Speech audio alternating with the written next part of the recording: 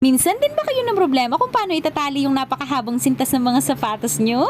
Ay may life hack ako. Gaya ng normal yung ginagawa, syempre hihilahin nyo muna ng pagganaganayan. Kala nga namang diretso tali na agad. Pagkatapos, ay di ibubuhol. Pagkakapangit talaga ng kamay ko. Pagkatapos, ay di iriribon nyo ng ganay to. Ay hilahin nyo laang hanggang sa lumapit na dun sa may dulo. Ay utay-utay laang at baka lumabso. Bago iriribon nyo laang ulit. Di ko lang din po alam kung may gumagawa na rin sa inyo na ito. Tuklasan ko na laang. Gawang ako'y nasusura kapag yung sintas ko'y lawlaw.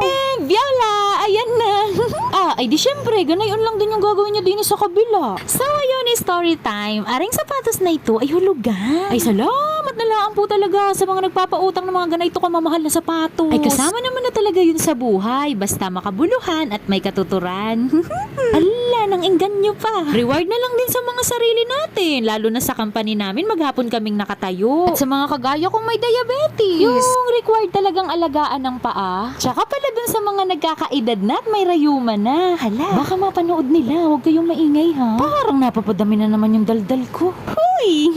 And as you can see, mas maayos siyang tingnan compare dun sa nakalawlaw, diba? Pwede mo rin siyang itumbang papaganaan. Habang ginagawa nyo palayaan, ay hihigpitan nyo ng bahagya. Kung ayaw nyo naman, ay di huwag. Makaalis na nga.